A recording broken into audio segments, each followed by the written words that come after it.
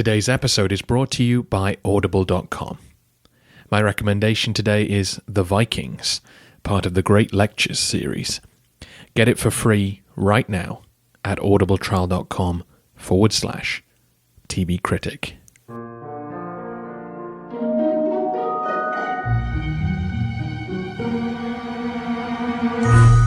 Hello everyone, and welcome to the History of Byzantium. Episode 116, Beyond the Danube. Today we look north to the peoples of the steppe lands who've played a peripheral but occasionally vital role in our narrative. The Magyars, Pechenegs, Rus, and Khazars. These peoples don't have written histories that cover the 9th century, so this won't be an episode filled with names and dates. Instead, it will be about putting these people on the map and in position for the roles they'll play throughout the next century. But before we begin, I need to deal with an issue that several listeners have brought to my attention: pronunciation. I've had two guiding principles when it comes to this issue. One is that I would continue Mike Duncan's pronunciation of names and places. This show is meant to provide a continuation of his.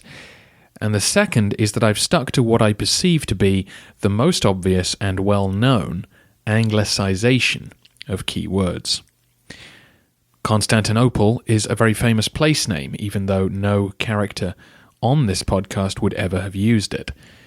And I've extended that principle to words which have caused more controversy, like the Bulgar Khan Krum and the future Hungarians, the Magyars. Several listeners have pointed out that in the national tongues of both modern peoples, the Khan should be closer to Krum, and the Hungarians, Magyars. I'm more than happy to pass on these corrections to you all, but I will be sticking to their anglicized versions. My reasoning is that this podcast is designed with native English speakers in mind. It caters to their way of thinking first, and when I see the name Krum on paper, I read Krum. I don't want someone who is sampling the podcast for the first time to be bewildered by unfamiliar names and places. I feel they're more likely to give the show a chance if they hear words they recognize. If I open the door to pronouncing words more closely to how the descendants of those people say them, I think the show will grind to a halt. Every time I use the word tachmata, I slow my natural rhythm of speech, and I think the show will suffer if I spend time tracking down every Arabic, Armenian, and European name and attempt to do justice to their tongue. And I do appreciate how frustrating this is for those of you who are Hungarian, Bulgarian, or just better travelled than me. I know when I see bad English accents in films or TV shows, I find that distracting. So please do accept my apologies and try to understand why I've made this decision. I don't want to promote ignorance, but I do want to communicate the story as clearly as possible. I'm also aware that I may seem hypocritical because I've allowed so many Greek words into the show. Again, for obvious reasons, I've allowed the Byzantines' own language to gain some ground, but only for technical words like Anatolikon and Thrakision, where there is no equivalent in English, and when I first saw those words, I had no particular guide as to how to say them. I have also allowed words like Stratikos and Vasilevs through because I am desperate when writing the episodes for synonyms for words like general and emperor. And I just want you to know that even with Greek, I draw the line about what words to ignore and which to pronounce in an anglicized way, so that Nicephorus, the general logothete, does not become Nikephoros Logothetis and become a distraction. Know that I sympathize. Accept my decision, please.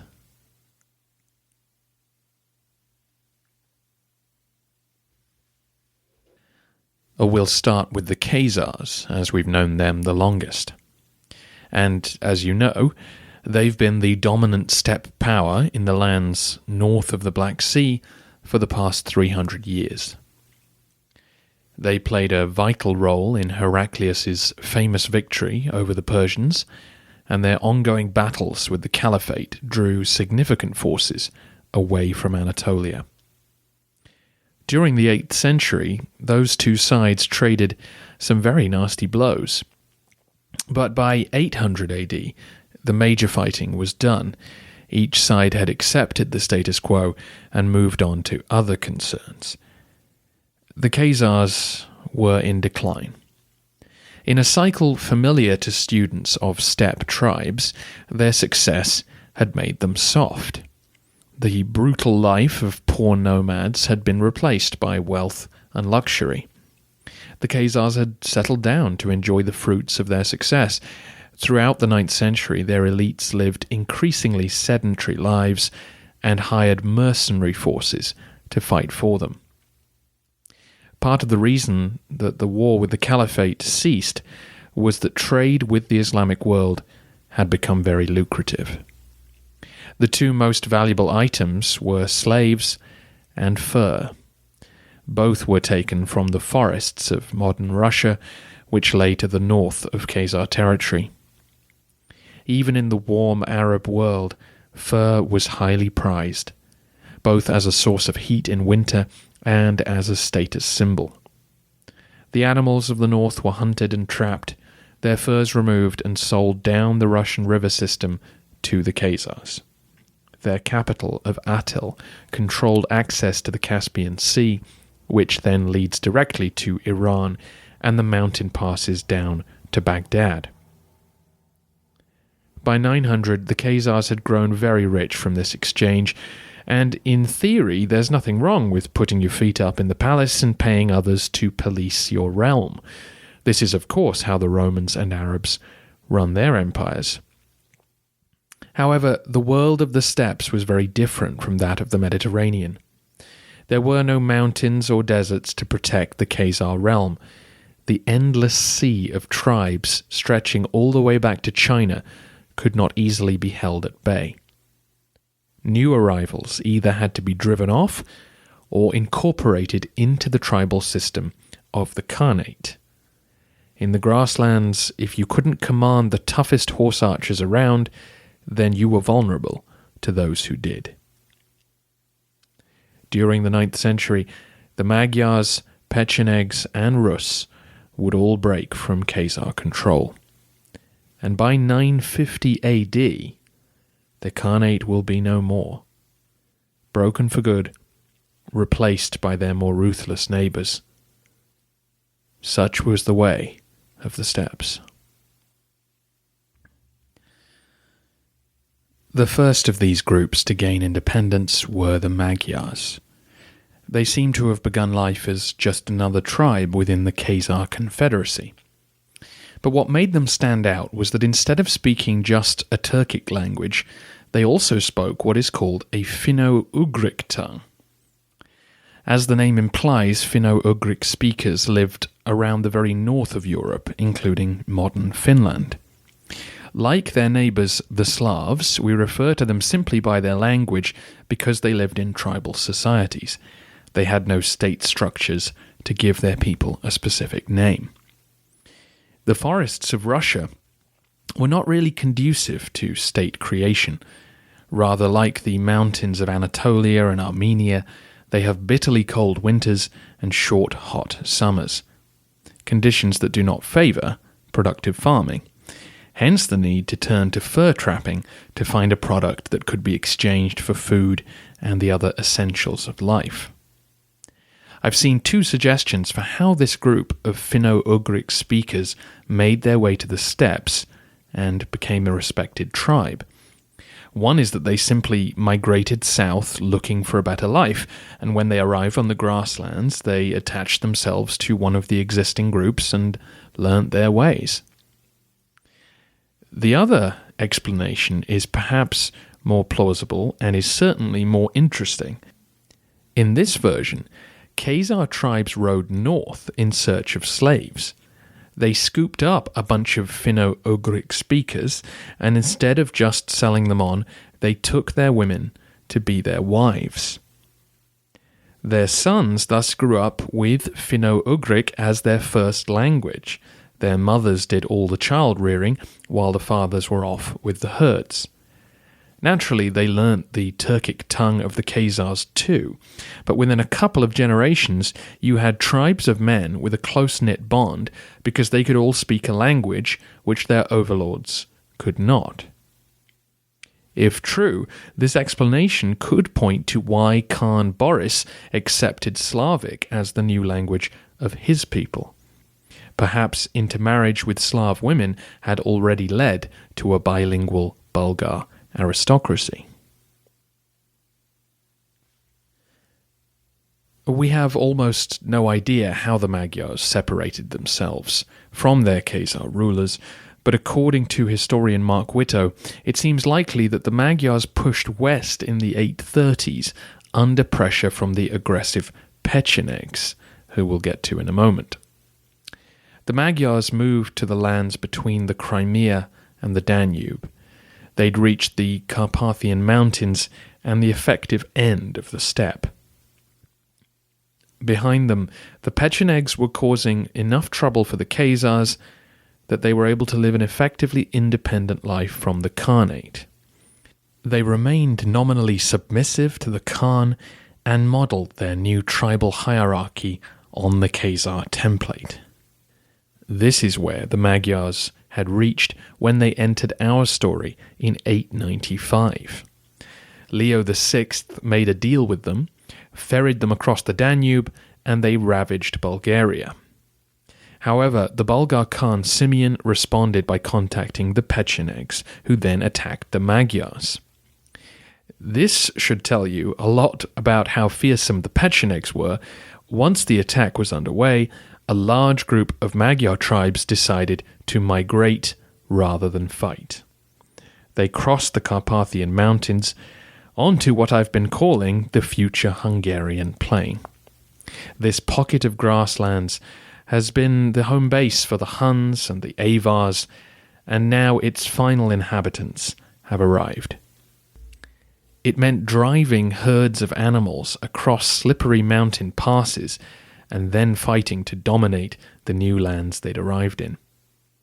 At that time it was nominally Bulgar territory, but preoccupied with the Balkans, the Bulgarians weren't able to stop them. The Magyars would succeed in dominating their new homeland and will spend the next century raiding their neighbours to the south and to the west.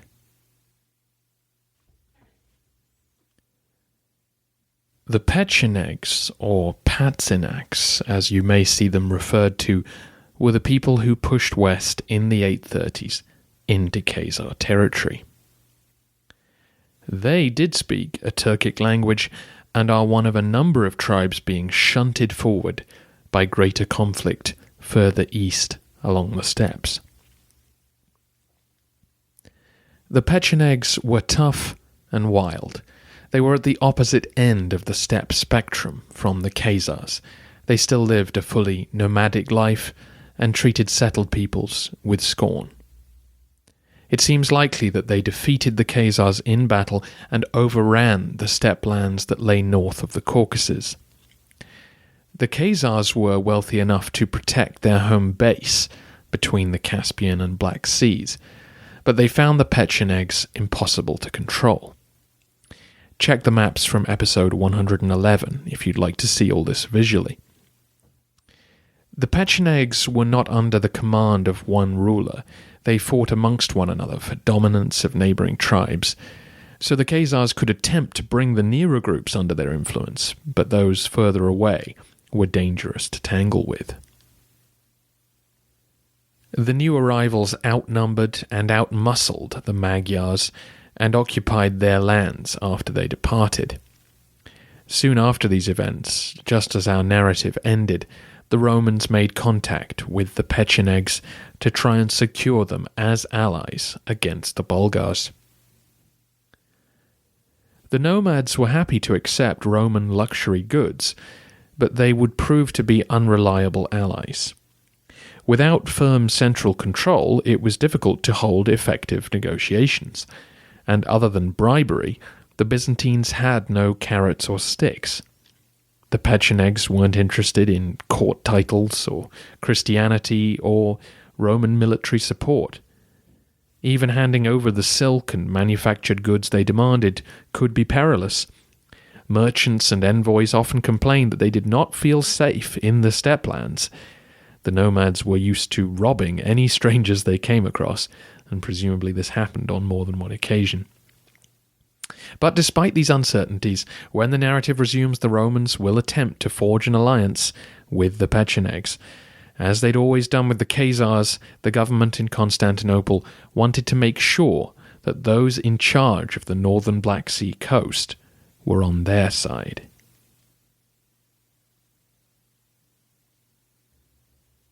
In theory, the Black Sea offered an undefended back door into the Roman world. Hundreds of miles of empty coast led to waters which flowed directly to the Bosphorus. Fortunately for the Romans, no power capable of manning a navy reached its shores up till the 9th century. Khusro briefly threatened to during the wars in Lazica, but other than that, the steppe tribes and Caucasian peoples had never shown an interest in building warships. Now, however, the situation had changed. As you know, twice in the past 50 years, the Rus had appeared before Constantinople in fleets filled with armed men. The 9th century was the age of the Vikings. England, Ireland, and France in the west suffered raids and invasions, while in the east, the Varangians, as they were known, colonized the Baltic and began using the river systems of Eastern Europe to raid and trade further south. It's not the concern of this podcast to discuss why they came, only that they did. The Byzantines were aware of them at the start of the 9th century, but their eyes only truly opened when a fleet appeared in 860 and sacked the suburbs of Constantinople. This was a terrible shock to the population. No seaborne attack had ever come from that direction, and the Rus who arrived were brutal. After colonizing the Baltic coasts, the Varangians had pushed south, establishing lordships over the local Slavs and Finno-Ugric peoples. Despite the less than promising farmlands they now controlled, the men from Scandinavia found the Russian river system to their liking. With their skill and speed at sailing, they quickly took control of the lucrative trade running down the Volga River toward the Khazars. With plenty of cash now filling their pockets, the Varangians began to fortify towns at strategic points along the rivers and brought more and more of the local inhabitants under their control.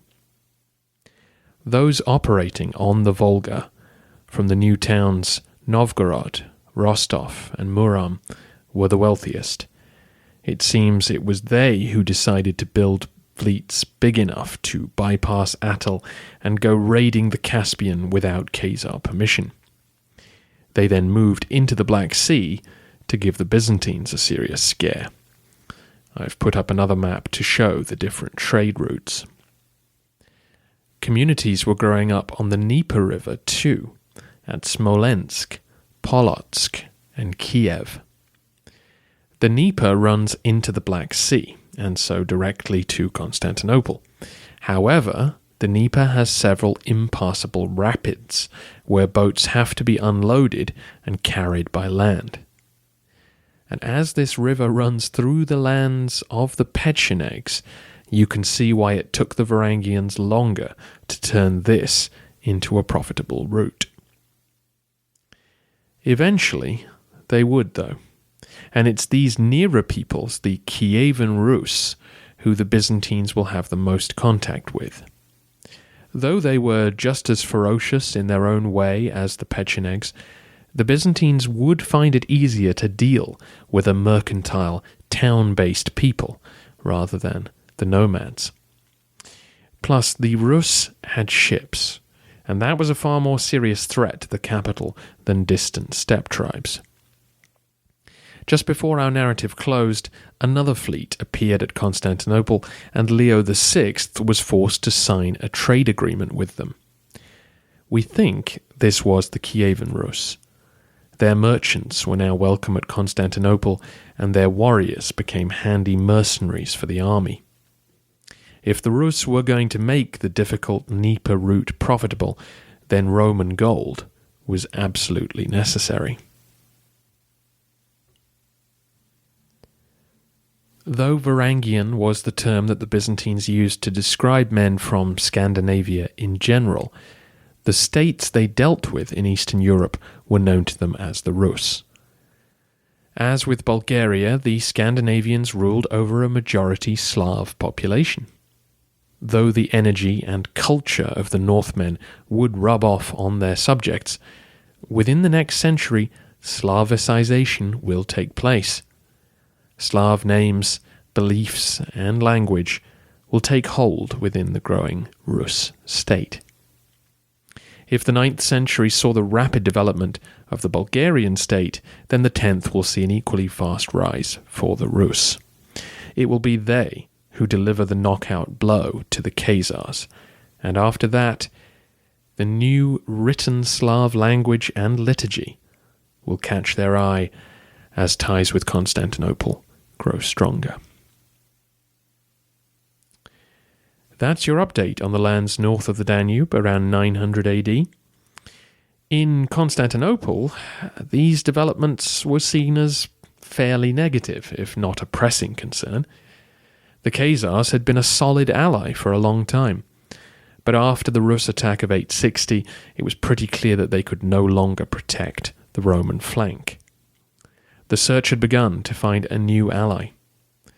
The Magyars were in the wrong location for the Roman fleet to reach. The Pechenegs were hard to deal with, and the Rus navy represented an unwelcome competitor on the seas. The new century will demand more clever diplomatic maneuvering from the Byzantines. As with developments in the West and the Balkans, the Romans were being forced to pay attention to far more neighbouring peoples than they had become accustomed to. Before I go, though, listener Kay recommends you check out The Vikings from Audible's Great Lecture series. If you're curious why Scandinavia suddenly produced so many able warriors and why they were so successful, then you can pick up this excellent academic audio series for free. Or perhaps you'd prefer to hear about the Vikings from a fellow podcaster. Audible also has Lars Brownworth's book about the Vikings, The Sea Wolves, though sadly not read by Lars himself. To pick up either of these or any of 100,000 other books for free, go to audibletrial.com/TV Critic.